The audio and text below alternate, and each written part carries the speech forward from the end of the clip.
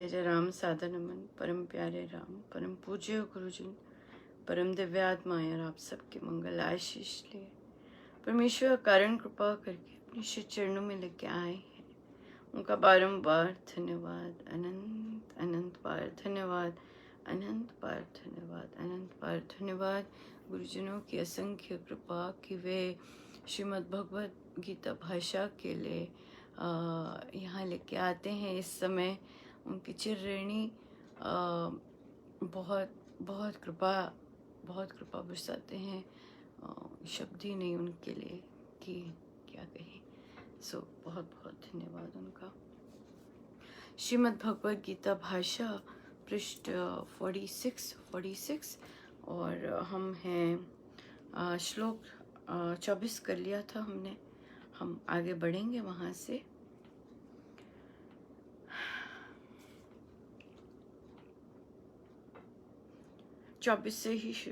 हाँ 24 कर लिया था हमने। देह में रहने वाला सूक्ष्मतम आत्मा क्रिया से, चेतना से, स्मृति से और प्राणों के आने जाने से जाना तो जाता है, परंतु फिर भी स्वरूप से वह अव्यक्त है। इंद्रियों से ग्रहण नहीं किया जा सकता। मन बुद्धि का विषय न होने से ये अचिंत्य है। ये प्रकृति के विकार परिणाम से रहित कहा जाता है। इसलिए इस आत्मा को ऐसा जानकर हे अर्जुन तुझे चिंता नहीं करनी चाहिए। यद्यपि ये आत्मा देह में रहता हुआ जान पड़ता है, परंतु अपने स्वरूप से वह इंद्रियों के विषयों से बाहर है। उसका अगम्य स्वरूप मन बुद्धि के चिंतन में भी पूरा नहीं आता। वह प्रकृति का विकार भी नहीं है। वह 5 भूतों से बना हुआ कार्य नहीं है। इस कारण उसका हनन मरण कदापि नहीं होता। हनन और मनन तो देह में ही माने गए हैं। देश काल में उत्पन्न हुए कार्य का मरना तथा बिगड़ना अवश्यम भावी सृष्टि नियम है। वह नियम किसी और नियंता की नियति है और अटल है। इसलिए अपने कर्तव्य कर्म करने के काल में तुझे अपने वश से बाहर की बातों का चिंतन करना उचित नहीं है। ये बहुत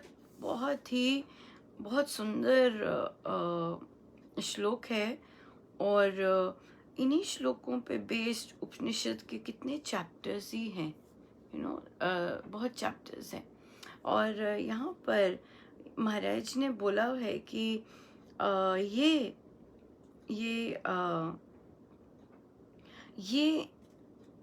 जाना तो जाता है, जैसे एक्शन से या चेतना से, मेमोरी से, स्मृति से, याद करने से, प्राणों के आने से जाने से जाना तो जाता है।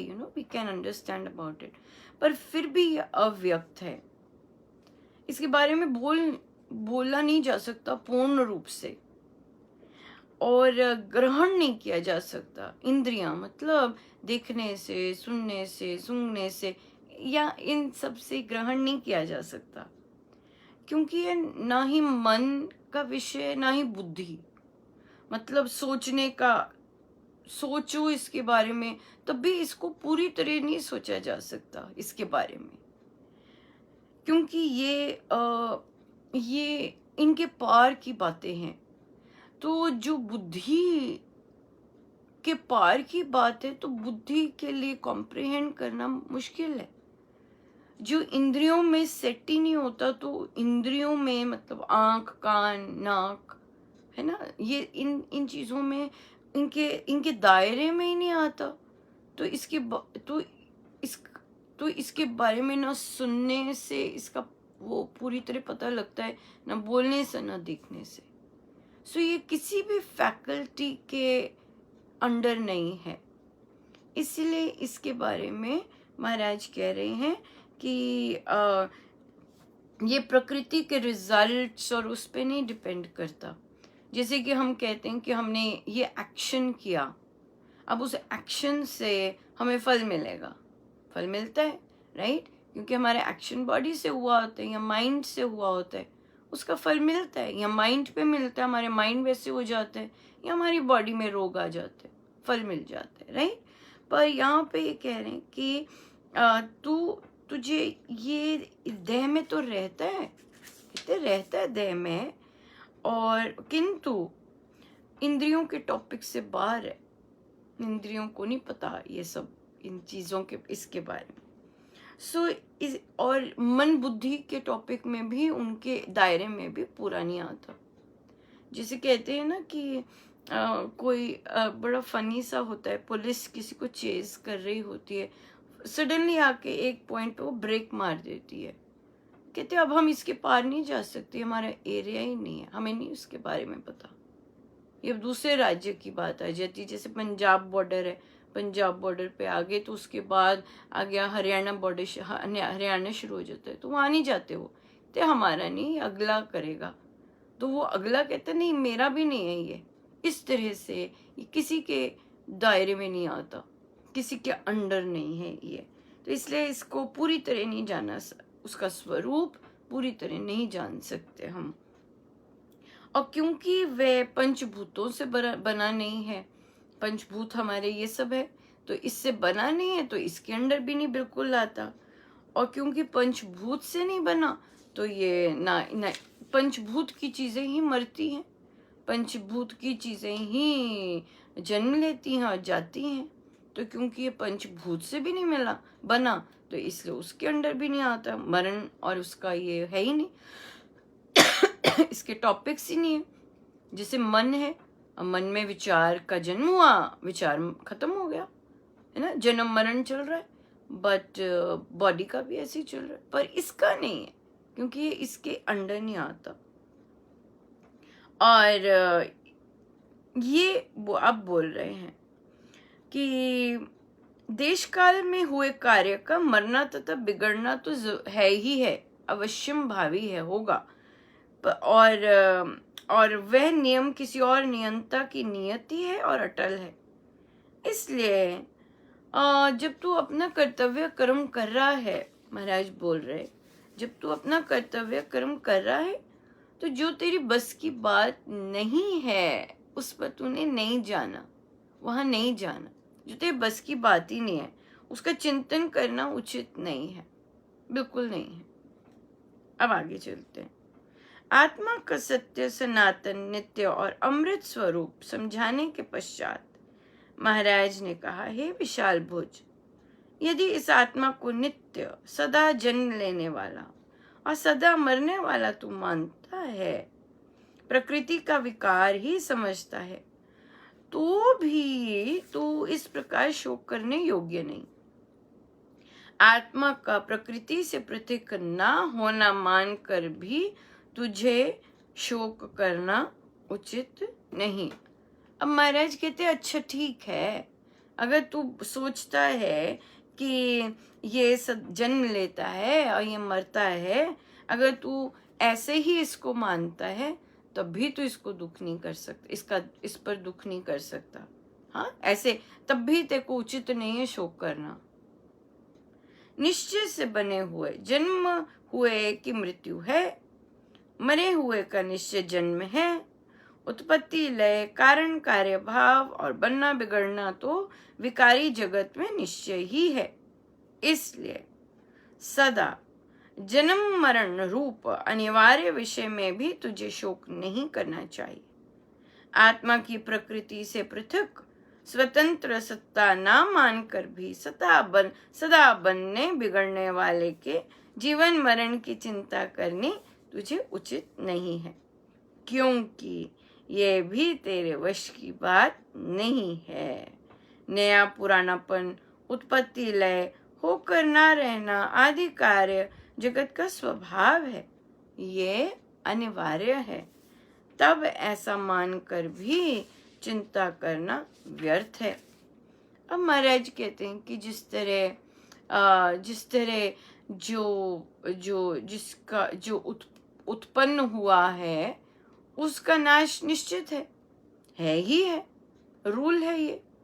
और अगर तू आत्मा को प्रकृति से अलग नहीं मानता, उसी में मानता है, तो भी देखो दुख नहीं करना। क्यों? क्योंकि प्रकृति की एक चीज आती है फिर चले जाती है, ये तो रूल बना हुआ है। तो इसलिए ये तो अनिवार्य ही है, नया होगा पुराना हो जाएगा, उत्पत्ति लय। तो इसलिए तब भी तेरे को चिंता नहीं करनी, क्योंकि जो आया है वो जाएगा, इसलिए तेरे को इस चीज की भी बिल्कुल चिंता नहीं करनी है। नास्तिकवाद की असारता दिखाकर आस्तिक भाव दर्शाते हुए भगवान ने कहा, हे भारत, सब प्राणी जन्म से पहले अव्यक्त होते हैं, देखे नहीं जाते, मरने के अनंतर भी प्रकट नहीं रहते, केवल मध्य में जन्मने मरने के बीच ही जान पड़ते हैं। तब इसमें क्या अधिक रोना? जन्मने मरने के बीच जो थोड़ा काल का संयोग है, संबंध है, अवश्य टूट जाने वाला है। उसके लिए इतना विलाप सर्वथा व्यर्थ है। आत्मा के लिए रोना अनुचित है। तो ये देखिए, आत्मा, दृष्टि कहाँ है? दृष्टि आत्मा पर ही है, दृष्टि आत्मा से हिली नहीं। तो महाराज बोल रहे हैं कि जब हम अपनी बात करें तो हम जन्म से पहले नहीं दिखते, राइट? और जन्म के समय दिखते, फिर जितना समय जी रहे होते हैं वो तब दिखते। जन्म के बाद, जब मृत्यु के बाद भी हम नहीं दिखेंगे। पर तो महाराज कह रहे बस थोड़ा सा टाइम ही है जो हम दिख रहे हैं, सिर्फ थोड़ा सा टाइम है, पर अधिकतम समय हम नहीं दिखते। और तो महाराज कहते क्यों रोना? जन्मने मरने के बीच जो थोड़ा काल का संयोग है, संबंध है, टूटना ही है। हर चीज की समाप्ति है ही है ना, और टूटने वाला है। तो उसका इतना विलाप रोना धोना व्यर्थ है, क्योंकि उसने जाना ही है। आत्मा के लिए रोना अनुचित है, आत्मा के लिए रोना अनुचित है।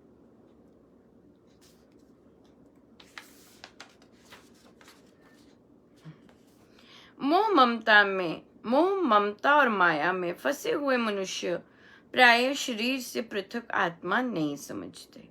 वे देह को ही सर्वस्व मान बैठते हैं। उनमें सदा देहवाद की ही कथा चलती रहती है। ऐसा विवेकी कोई ही होता है जो इस आत्मा को आश्चर्य रूप जानता है। ऐसे ही दूसरा भी कोई ही इस आत्मा को आश्चर्य रूप वर्णन करता है। अन्य भी कोई ही होता है जो इस आत्मा को आश्चर्य रूप सुनता है, और कोई ऐसा मंदभाग्य भी होता है जो इसको सुनकर भी जानता नहीं। बहुत भारी प्रसाद है ना। महाराज कह रहे हैं कि इसके बारे में मात्र इसको आश्चर्य रूप जानना, सो स्ट्रेंज, सो डिफरेंट, ये भी कोई कोई करता है, और कोई कोई ही इसके जो आश्चर्य इसकी ये है उसका वर्णन करता है, उसकी बातें करता है। कोई कोई होता है, बहुत कोई कोई होता है, हर कोई नहीं होता। अन्य भी कोई ही होता है जो आत्मा को आश्चर्य रूप सुनता है। इसके बारे में सुनने को भी मिलना, ये भी बहुत, महाराज ने क्या लिखा है, कोई कोई होता है जो इसको सुने भी, और फिर जो इसको फिर महाराज फिर बोलते हैं कि वो उसका भाग्य भी बेचारे का कैसा है जिसको सुनकर भी नहीं जानता कि ये है, कि हम देह अलग हैं और ये अलग है। जन जन्मांतरों से जो प्राणी इंद्रियों में, शरीरों में, प्राणों में, मन में तथा बुद्धि में ही आत्मभाव करते आए हैं, उनमें कोई ही पुण्यवान ही अद्भुत आत्म तत्व को जानता है। वह उत्तम पुरुष भी विरला ही होता है जो श्रोताओं के सम्मुख आत्मा के अद्भुत रूप का वर्णन करता है। सत्संग में आश्चर्य रूप आत्मा का वर्णन सुनना भी किसी पुण्य कर्मी का ही काम है। राइट? सो ये वार्तालाप, this conversation is very rare, बहुत रेयर होती है। और हम जन्म जन्मांतरों से ही देह पर फोकस्ड होते हुए आए हैं। हमने अपनी देह को आत्मा से अलग माना ही नहीं, मानते ही नहीं हैं, और देह पर ही सब कुछ, देह देह देह देह देह देह देह, memory memory memory memory, future future, देह से रिलेटेड है सबसे। इसको इसी में ही इसको ही सब कुछ माना है। तो महाराज कहते हैं कि कोई ही है, कोई रेयर जो इसको अलग जानता है और फिर उसका वर्णन करता है। सो बहुत बहुत अहोभाग्य, राइट। और कि महाराज हमें ये सब सुना रहे हैं, और हम इस पे वर्क करें दिन भर, और माने जब भी कोई सिचुएशन आए आत्मा और देह अलग माने। और बहुत सुंदर एक साधक जी ने कहा कि अनुपमा, ये तो अभ्यास से ही आता है। बिल्कुल सही, एब्सोल्युटली, हर चीज़ अभ्यास से आती है, हर चीज़। और जितना हम इसमें गहरा जाएंगे उसमें हम बहुत सा जंजाल और बहुत सी चीज़ें छोड़ते जाएंगे। जितना हम आत्मा को देह की क्रियाओं से, मन की क्रियाओं से, एक्शन से अलग करते जाएंगे, उतना हम आत्मा में शांति पाते जाएंगे। शांति भी रहेगी और बहुत चीज़ें गिर जाएंगी, बहुत ही चीज़ें गिर जाएंगी। वैर भाव गिर जाएगा, राग द्वेष गिर जाएगा, पक्षपात गिर जाएगा, सब कुछ गिर जाएगा। और बस आत्मा आनंद है, यहीं पे रह जाएंगे। चलिए, आइए हम सीधे होके बैठे।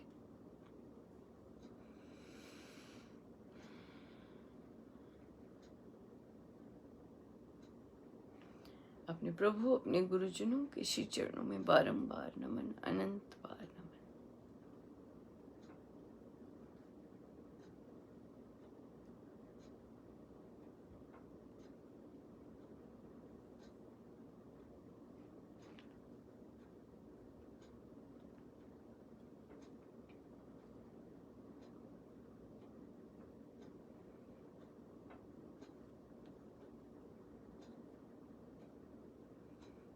हर आत्मा, हर प्रत्येक आत्मा सत्य है, आनंदमय है, सफल है, ज्ञानमय है, पवित्र है। हर आत्मा प्योर, अपने प्योर स्वरूप में। विकृति देह और मन में ही है, विकृति देह और मन में ही है। बस सारे एक्शंस, सब कुछ देह और मन में है, पर आत्मा अलग है।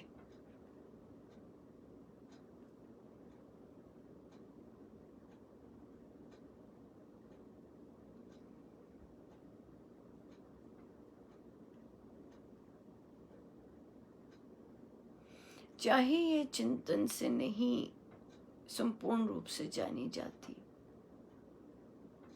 चाहे इसको जानना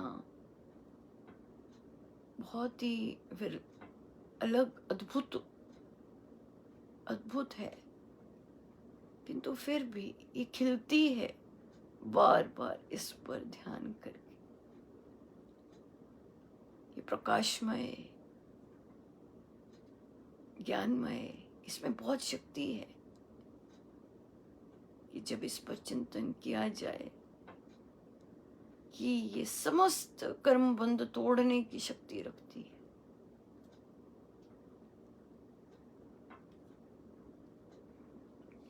और इसका जो आनंद है, इसका जो प्रेम है, वो हमारी देह और मन में सर्वत्र एक एक कण में फैल सकता है।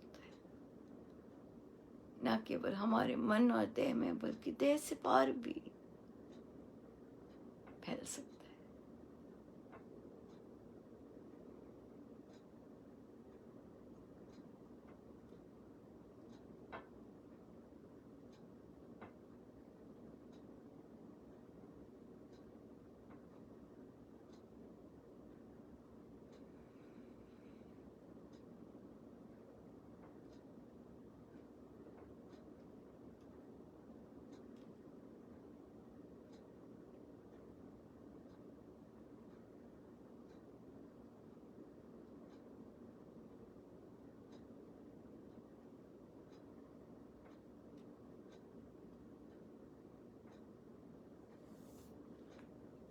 जितना अपने आप के साथ बैठ सके बैठे।